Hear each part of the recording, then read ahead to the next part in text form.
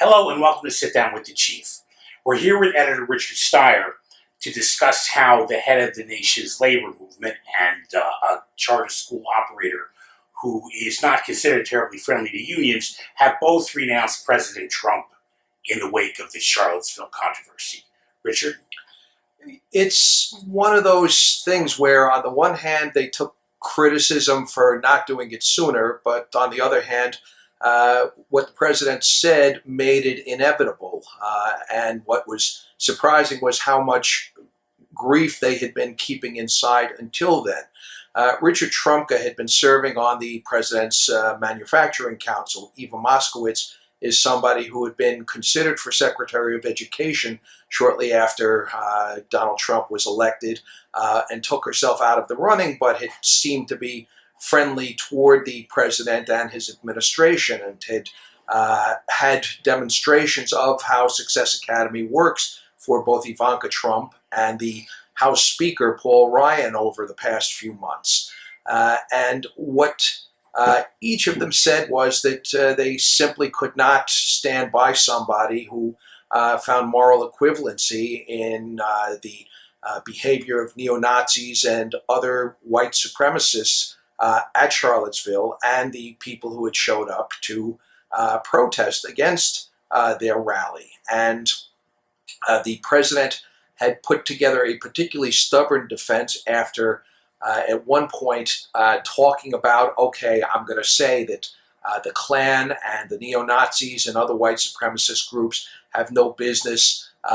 being considered respectable. And then he turned around the next day and basically looked to defend them, said that there had been some very fine people at the rally the night before the violence in which a young woman was killed. That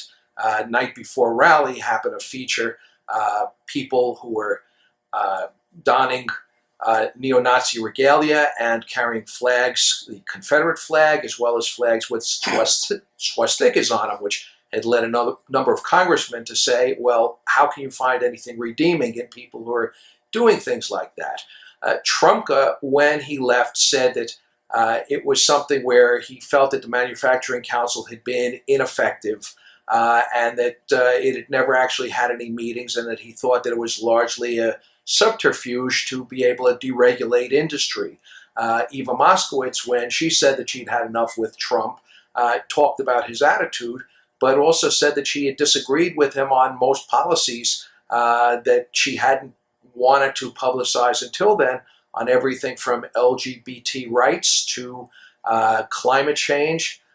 to immigration policy. And so obviously the question was, do you find yourself, because of the power of the person in that office, gravitating towards them and pretending to be friendly with them? And also why it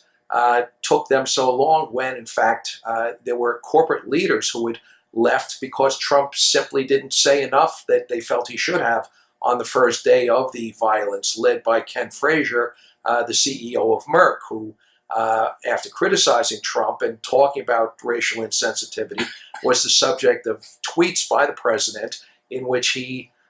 basically accused Merck of jacking up drug prices and moving jobs out of the country. And that had always been something that people had talked about from very early, even before the president took office, when he would blast business leaders for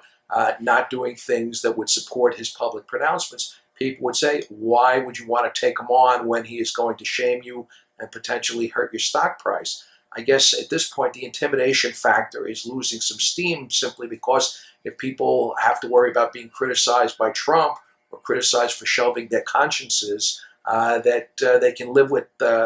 whatever opprobrium they get from a president who is fast losing respect. Thank you, Richard Steyer, and thank you for watching Sit Down with the Chief.